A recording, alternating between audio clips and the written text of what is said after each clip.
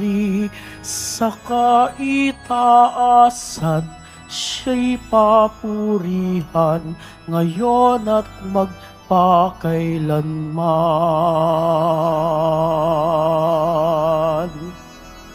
Umawit ang daigdigan, lahat ng naroroon. Umawit ang sangkatauhan, purihin ang Panginoon.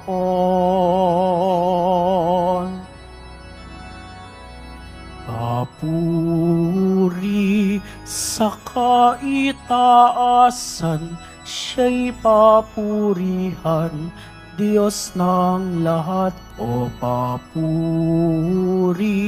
sa kaitaasan, siya'y papurihan ngayon at magpakailanman. Ginugunita natin ngayon si San Buenaventura, Obispo at Pantas ng Simbahan. Simulan natin ang banal na pagdiriwang sa ngalan ng Ama at ng Anak at ng Espiritu Santo. Amen. Ang pagpapala ng ating Panginoong Hesukristo, ang pag-ibig ng Diyos Ama at ang pakikipagkaisa ng Espiritu Santo nawa ay sumainyong lahat. At sumaiyo rin. Mga kapatid, aminin natin ang ating mga kasalanan upang tayo ay maging marapat gumanap sa banal na pagdiriwang. Inaamin ko sa makapangyarihang Diyos At sa inyo, mga kapatid, na lubha akong nagkasala sa isip, sa salita, sa gawa, at sa aking pagkukulang. Kaya isinasamo ko sa mahal na Birheng Maria, sa lahat ng mga anghel at mga banal, at sa inyo, mga kapatid, na ako'y panalangin sa Panginoong ating Diyos. Kaawaan tayo ng makapangyarihang Diyos, patawarin tayo sa ating mga kasalanan, at patnubayan tayo sa buhay na walang hanggan. Amen. Panginoon, kaawaan mo kami. Panginoon, kaawaan mo kami. Kristo, kaawaan mo kami. Kristo, kaawaan mo kami. Panginoon, kaawaan mo kami. Panginoon, kaawaan mo kami. Manalangin tayo.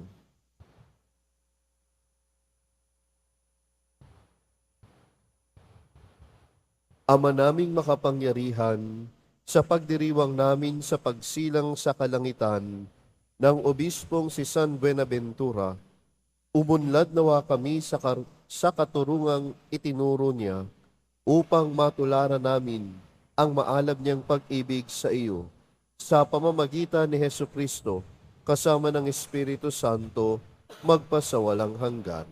Amen. Magsiupo muna ang lahat. Pagbasa mula sa aklat ni Propeta Isaías. Mga pinuno ng Sodoma, pakinggan ninyo ang sinasabi ng Panginoon. Mga namamayan sa Gomora, pakinggan ninyo ang aral ng ating Diyos. Ang sabi niya, walang halaga sa akin ang dami ng inyong mga handog. Sawa na ako sa mga tupang sinusunog at sa taba ng bakang inihahandog. Hindi ako nalulugod sa dugo ng mga toro at ng mga kambing. Sino ang may sabi sa inyong magdala niyan sa harap ko? Sino ang may utos sa inyong magparuot parito sa aking templo? Huwag na kayong maghahandog ng paimbabaw. Nasusuklam ako sa usok niyan. Nababagot na ako sa inyong mga pagtitipon kung pista ng bagong buwan at araw ng pamamahinga dahil sa pananatili ninyo sa inyong kasalanan. Labis akong nasusuklam sa inyong pagdiriwang ng bagong buwan at iba pang kapistahan. Suyang-suya na ako sa mga iyan at hindi ko na matatagalan. Kapag kayo'y tumawag sa akin, ibabaling ko sa malayo ang aking mukha. Hindi ko kayo papansinin, kahit na kayo'y manalangin ng manalangin. Hindi ko kayo pakikinggan, sapagkat marami kayong inutang na buhay. Magpakabuti na kayo, magbalik loob sa akin. Talikdan na ninyo ang masasamang gawain. Tumigil na kayo ng paggawa ng masama. Pag-aralan ninyong gumawa ng mabuti. Pairalin ang katarungan. Itigil ang pang-aapi. Tulungan ang mga ulila. Ipagtanggol ang mga balo. Ang salita ng Diyos. Salamat sa Diyos. Ang masunurin sa Diyos ay sasagipin niyang lubos. Ang masunurin sa Diyos ay sasagipin niyang lubos. Hindi ako nagagalit dahil sa inyong handog, ni sa inyong mga hain sa dambanay sinusunog. Bagamat ang mga turoy hindi ko na kailangan, maging iyang mga kambing at ang inyong mga kawan.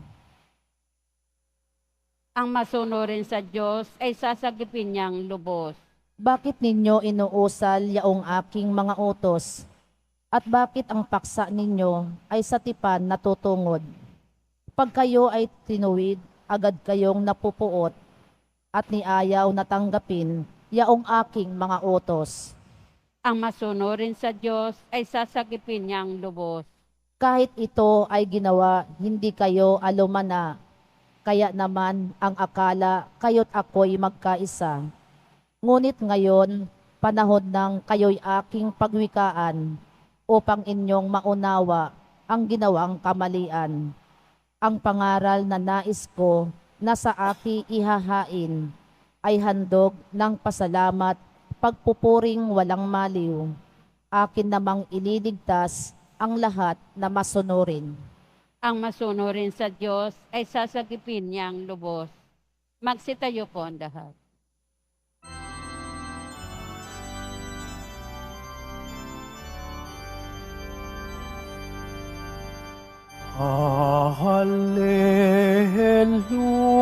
Hallelujah, Hallelujah, Hallelujah, Hallelujah. Mapalad ang inuusig sa gawang puspos ng bait, pagkat may kakamting langit. Hallelujah, Hallelujah, Hallelujah, Hallelujah.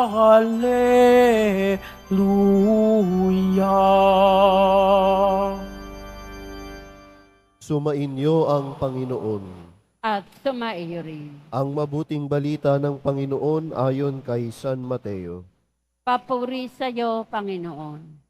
Noong panahong iyon, sinabi ni Jesus sa kanyang mga apostol, "Huwag ninyong isiping naparito ako upang magdala ng kapayapaan sa lupa. Naparito ako upang magdala ng tabak, hindi kapayapaan. Sapagkat naparito ako upang papaglabanin ang anak na lalaki at ang kanyang ama, ang anak na babae at ang kanyang ina, ang manugang na babae at ang kanyang biyenang babae, at ang kaaway ng isang tao'y ang kanya na ring kasambahay. Ang umiibig sa ama o sa ina ng higit sa akin ay hindi karapat-dapat sa akin, at ang umiibig sa anak na lalaki o babae ng higit sa akin ay hindi karapat-dapat sa akin. Ang hindi nagpapasa ng kanyang krus at sumusunod sa akin ay hindi karapat-dapat sa akin. Ang nag-iingat ng kanyang buhay ay siyang mawawala nito, at ang nawawala ng kanyang buhay dahil sa akin ay magkakamit nito. Ang tumatanggap sa inyo ay tumatanggap sa akin, at ang tumatanggap sa akin ay tumatanggap sa nagsugo sa akin. Ang tumatanggap sa isang propeta dahil sa siya'y propeta ay tatanggap ng gantimpala ukol sa propeta. At ang tumatanggap sa isang taong matuwid, dahil sa siya'y matuwid, ay tatanggap ng gantimpalang nauukol sa taong matuwid. At sino mang magbigay ng kahit isang basong tubig na malamig sa isa sa maliliit na ito, dahil sa ito'y alagad ko, tinitiyak ko sa inyo, tatanggap siya ng gantimpala. Matapos tagubilinan ang 12 alagad, umalis si Jesus upang magturo at mangaral sa mga bayang malapit doon. Ang mabuting balita ng Panginoon. Pinupuri ka namin, Panginoong Heso Kristo. Magsiupo muna ang lahat. Magandang umaga po sa inyong lahat. Maaari nyo bang ngitian ang inyong mga katabi at sabihin sa katabi, mahal ka ng Diyos. Sa ating ebanghelyo ngayong araw, tila ba kakaiba ang mga narinig natin kay Jesus kumpara sa kanyang karaniwang mensahe ng kapayapaan.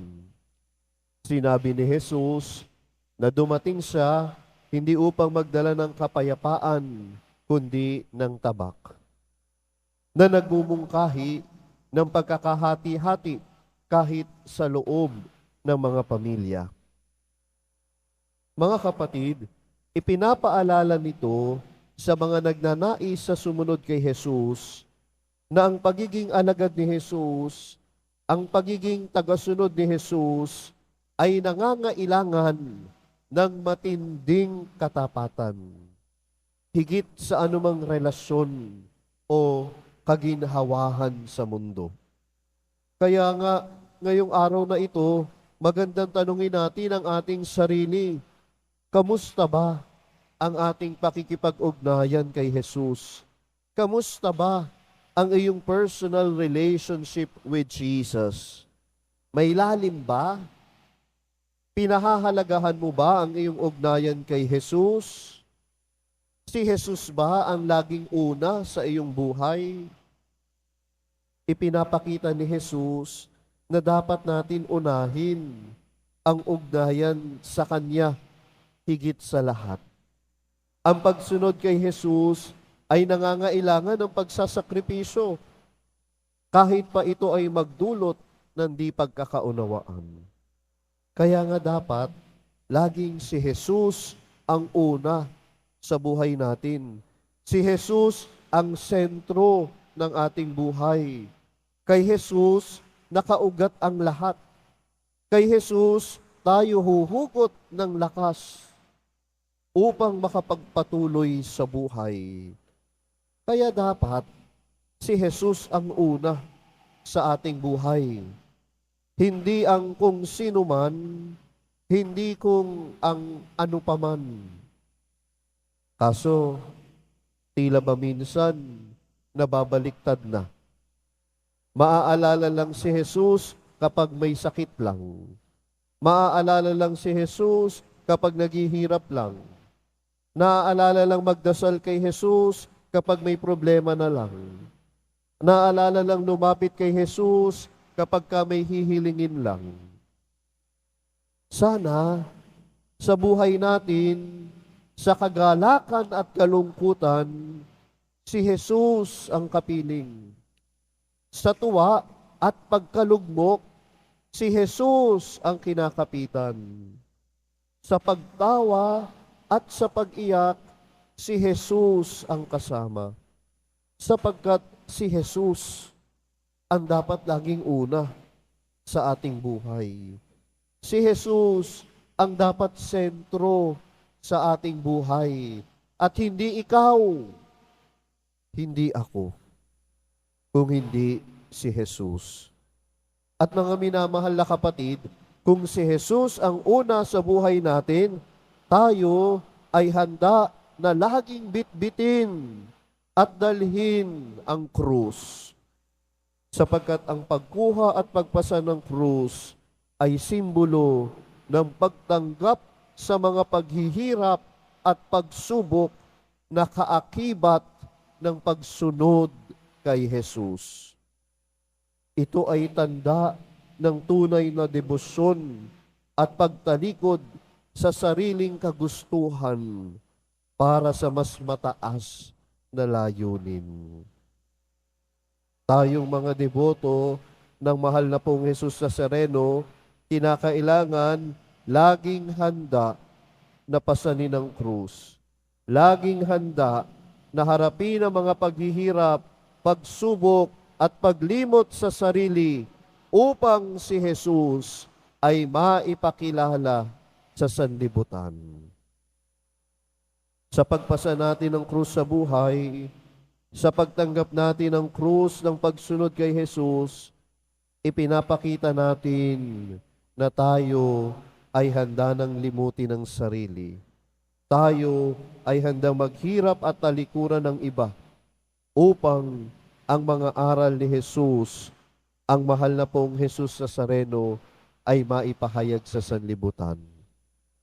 Sapagkat hindi lahat ay tatanggap sa kanyang turo.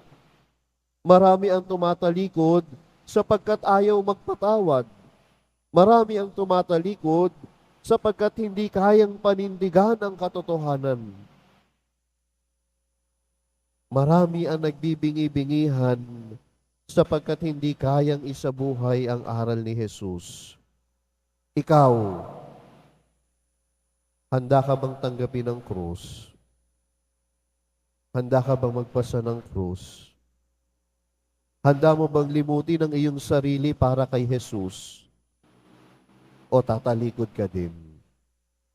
O baka naman magbibingi-bingihan ka na lang din? Tanggapin natin ang krus. Tanggapin natin ang aral ni Jesus. Tanggapin natin ang mga tagasunod ni Jesus. Sapagkat ang pagtanggap sa mga tagasunod ni Jesus ay katumbas ng pagtanggap kay Jesus at sa Diyos Ama. At kahit simpleng gawa ng kabutihan, narinig natin sa Ebanghelyo ngayon, tulad ng pagbibigay ng malamig na tubig, ay may malaking halaga sa kaharian ng Diyos. Kaya, huwag tayong magsawa na gumawa ng mabuti sa ating kapwa. Narinig din natin ito sa ating unang pagbasa. Sapagkat ang lahat ng kabutihan na ginagawa natin sa ating kapwa ay hindi nasasayang. Kaya lagi tayong gumawa ng mabuti. Lagi natin makita si Jesus sa ating kapwa. Kaya nga, gusto mo bang tunay na maging masaya? Live a life of joy. And how do you spell the word joy? J-O-Y.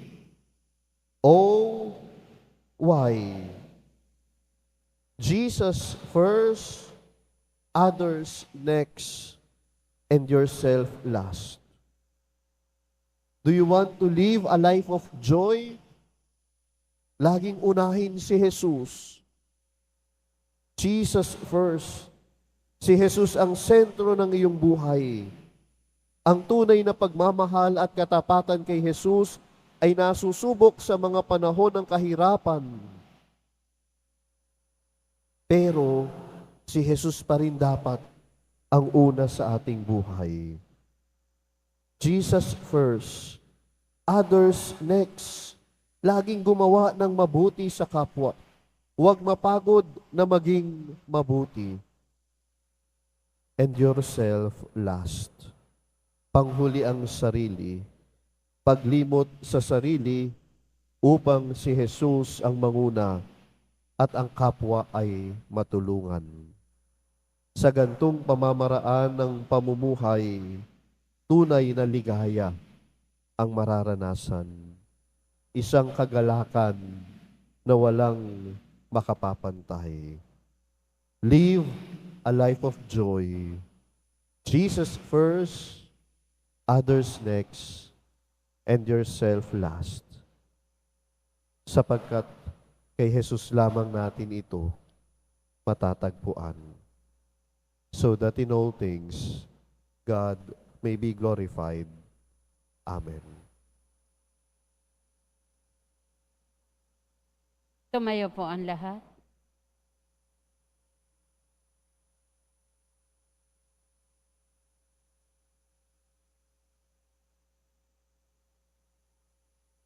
Minamahal kong mga kapatid, kung tapat tayo kay Kristo, huwag nating asahan na magiging sikat tayo. Naway hubugin ang ating mga hangarin ng hiwagang ito ng kaharian ng langit. Sa bawat panalangin ng ating itutugon, Panginoon, Ikaw ang aming buhay. Panginoon, Ikaw ang aming buhay. Ang mga miyembro ng simbahan, naway maging matapang at lagi ng tapat sa pananampalataya sa gitna ng pakikipagtunggali at pag-uusig. Manalangin tayo. Panginoon, Ikaw ang aming buhay. Ang mga magulang, naway magkaroon ng lakas at tapang upang gabayan ang kanilang mga anak sa daan ng pananampalataya at kristyanong pamumuhay. Manalangin tayo. Panginoon, Ikaw ang aming buhay. Ang mga kabataan, naway magkaroon ng lakas na mapaglabanan ang impluwensya at kasamaan. Manalangin tayo. Panginoon, Ikaw ang aming buhay. Ang mga may sakit, mga nalulumbay, mga naliligalig, at yaong nagdurusa sa isip at katawan, naway hipuin ng Panginoon. Manalangin tayo. Panginoon, Ikaw ang aming buhay. Yaong mga namayapa, naway maging masayang walang hanggan sa kaharian ng Diyos Ama. Manalangin tayo. Panginoon, Ikaw ang aming buhay. Tahimik nating banggitin ang ating mga dalangin at mga kahilingan. Ama naming Diyos, ipinadala mo ang iyong anak upang tulungan kami sa aming mga pakikibaka sa buhay. Bigyan mo kami ng kapanatagan sa kabila ng aming pagdurusa at bigyan mo kami ng lakas na kumilos ng mayroong pananalig sa iyong salita. Hinihiling namin ito sa pamagitan ni Kristong aming Panginoon. Amen. Magsiupo muna ang lahat.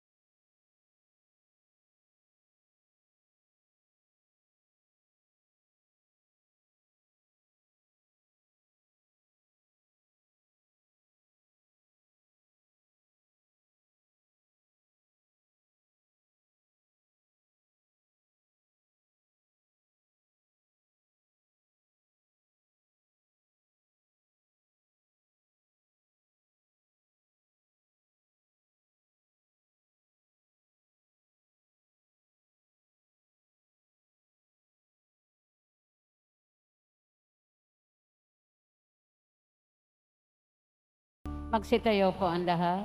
Manalangin kayo mga kapatid upang ang paghahain natin ay kalugdan ng Diyos amang makapangyarihan. Tanggapin nawa ng Panginoon itong paghahain sa inyong mga kamay, sa kapurihan niya at karangalan, sa ating kapakinabangan at sa buong sambayanan niyang banal. Ama naming lumikha, tanggapin mo ang mga alay na ito na inihahain naming gumugunita kay San Buenaventura upang ang mga ito ay magdulot sa amin ng pakikinabang sa iyong tulong na maaasahan sa pamamagitan ni Jesucristo kasama ng Espiritu Santo magpasawalang hanggan. Amen. Sumainyo ang Panginoon. At sumaiyo rin. Itaas sa Diyos ang inyong puso at diwa. Itinaas na namin sa Panginoon. Pasalamatan natin ang Panginoong ating Diyos. Marapat na siya ay pasalamatan. Ama naming makapangyarihan, tunay ngang marapat na ikaw ay aming pasalamatan sa pamamagitan ni Jesucristo na aming Panginoon. Ngayong si San Buenaventura ay pinararangalan sa pamumuhay niyang totoong uliran. at pagiging maaasahan sa panunungkulan. Kaya't si Jesucristo na maaasahan sa katapatan ay inihayag sa pangangasiwa sa sambayanan. Ang malasakit ng mga ulirang tagapangasiwa noon ay nagpapatuloy magpahanggang ngayon sa mga panalangin kanilang iniuukol, kaisa ng sambayanan mong dito'y natitipon. Kaya kaisa ng mga anghel na nagsisiawit ng papuri sa iyo nang walang humpay sa kalangitan, kami nagbubunyi sa iyong kadakilaan. Santo, Santo, Santo, Panginoon Diyos ng mga hukbo, napupuno ang langit at lupa ng kadakilaan mo, o sana sa kaitaasan. Pinagpala ang naparirito sa ngalan ng Panginoon, o sana sa kaitaasan. Magsiluhod po ang lahat. Ama naming banal, ikaw ang bukal ng tanang kabanalan, kaya't sa pamagitan ng iyong Espiritu gawin mong banal ang kaloob na ito, upang para sa amin maging katawan at dugo ng aming Panginoong Hesukristo. Bago niya pinagtiis ang kusang loob na maging handog, hinawakan niya ang tinapay, pinasalamatan kanya, pinaghati-hati niya iyon, iniabot sa kanya mga alagad at sinabi, "Tanggapin ninyong lahat ito at kahanin. Ito ang aking katawan na ihahandog para sa inyo."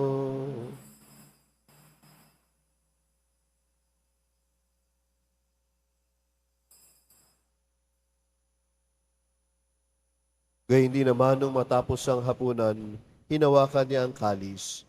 Muli kanyang pinasalamatan. Iniabot niya ang kalis sa kanyang mga alagad at sinabi, "Tanggapin ninyong lahat ito at inumin.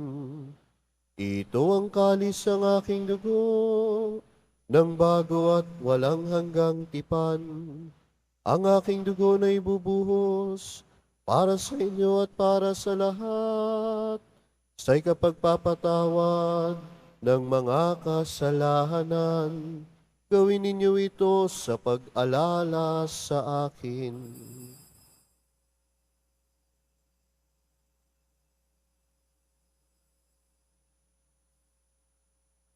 Tumayo po ang lahat.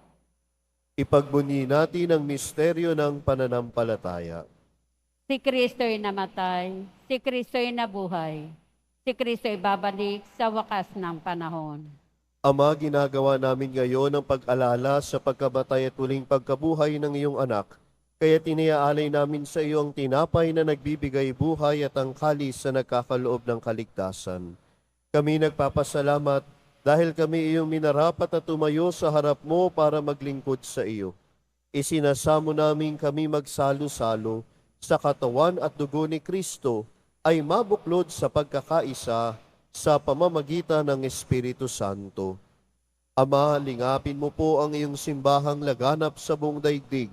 Puspusin mo kami sa pag-ibig, kaisa ni Francisco na aming Papa, ni Jose na aming Obispo, at ng Tanang Kaparian.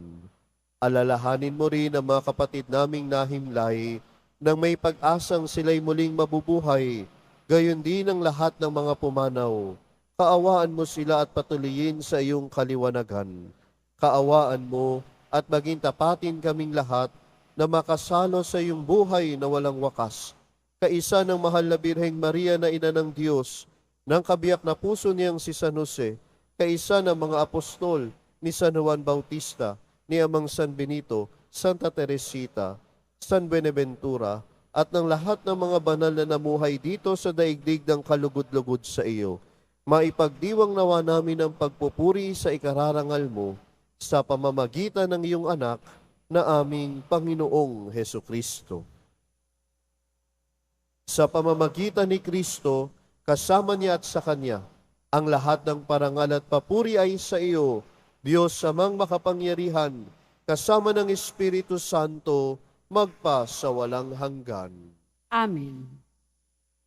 Sa tagubiling ng mga nakagagaling na utos at turo ni Jesus na Panginoon natin at Diyos, ipahayag natin ang lakas loob. Ama namin, Sumasalangit ka, sambahin ang ngalan mo. Mapasa amin ang kaharian mo, sundin ang loob mo dito sa lupa para nan sa langit. Bigyan mo kami ngayon ng aming kakanin sa araw-araw, at patawarin mo kami sa aming mga sala, para ng pagpapatawad namin sa nakakasala sa amin. At huwag mo kaming ipahintulot sa tukso, at iadya mo kami sa lahat ng masama. Hinihiling namin kami adya sa lahat ng masama, pagkalooban ng kapayapaan araw-araw, iligtas sa kasalanan at ilayo sa lahat ng kapahamakan, samantalang aming pinananabikan ang dakilang araw ng pagpapahayag ng tagapagligtas naming si Hesu Kristo. Sapagkat iyo ang kaharian at ang kapangyarihan at ang kapurihan magpakailanman. Amen. Panginoong Hesu Kristo, sinabi mo sa iyong mga apostol, kapayapaan ang iniiwan ko sa inyo, ang aking kapayapaan ang ibinibigay ko sa inyo. Tunghayan mo ang aming pananampalataya at wag ang napakarami naming pagkakasala. Pagkalooban mo kami ng kapayapaan at pagkakaisa ayon sa iyong kalooban, kasama ng Espiritu Santo, magpasawalang hanggan. Amen. Ang kapayapaan ng Panginoon nawa ay laging sumainyo. At sumaiyo rin. Magbigayan kayo ng kapayapaan sa isa't isa. Peace be with you. Kordero ng Diyos na nag-aalis ng mga kasalanan ng sanlibutan, maawa ka sa amin. Kordero ng Diyos na nag-aalis ng mga kasalanan ng sanlibutan, maawa ka sa amin. Kordero ng Diyos na nag-aalis ng mga kasalanan ng sanlibutan, ipagkaloob mo sa amin ang kapayapaan. Magsiluhod po ang lahat. Ito ang kordero ng Diyos, ito ang nag-aalis ng kasalanan ng sanlibutan. Mapalad ang mga inaanyayahan sa kanyang piging. Panginoon, hindi ako karapat-dapat na magpatuloy sa iyo, ngunit sa isang salita mo lamang ay gagaling na ako. Pagsanglang nawa ko ng katawan tugon ni Kristo hanggang sa buhay na walang hanggan.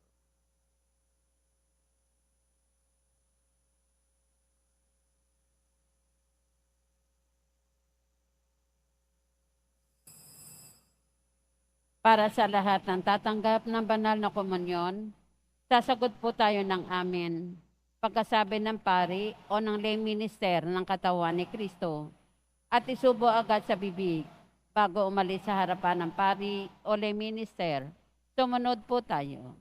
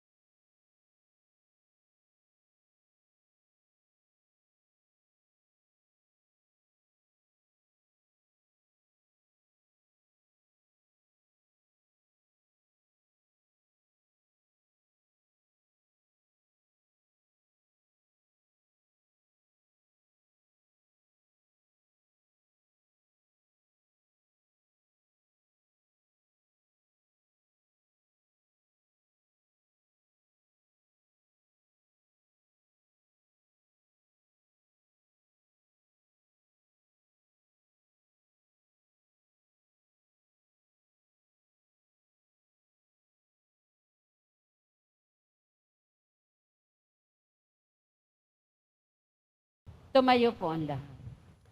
Manalangin tayo.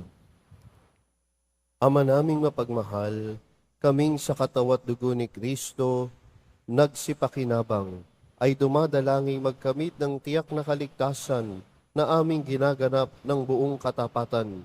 Sa pamagitan ni Hesu Kristo, kasama ng Espiritu Santo, magpasawalang hanggan. Amen. Sumainyo ang Panginoon.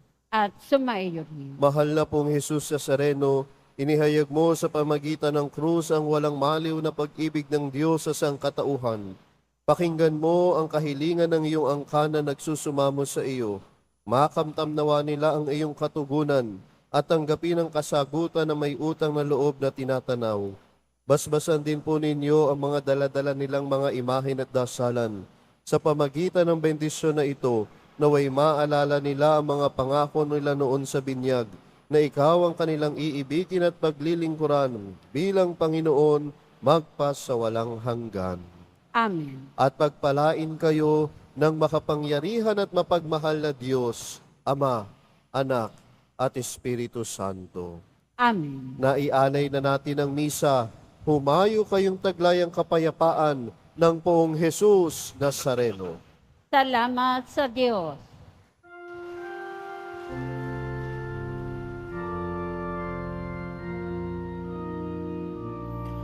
Nuestro Padre Jesus Nazareno, sinasamba ka namin. Pinipintuho ka namin, aral mo ang aming buhay at kaligtasan. Nuestro Padre Jesus Nazareno, iligtas mo kami sa kasalanan. Ang krus mong kinamatayan ay sagisag ng aming kaligtasan.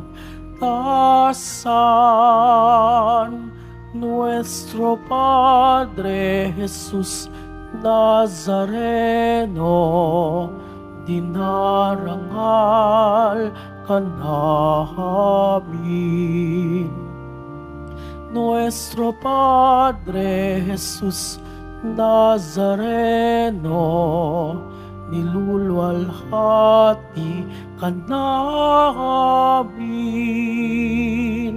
Nuestro Padre Jesus Nazareno, dinarangal ka namin.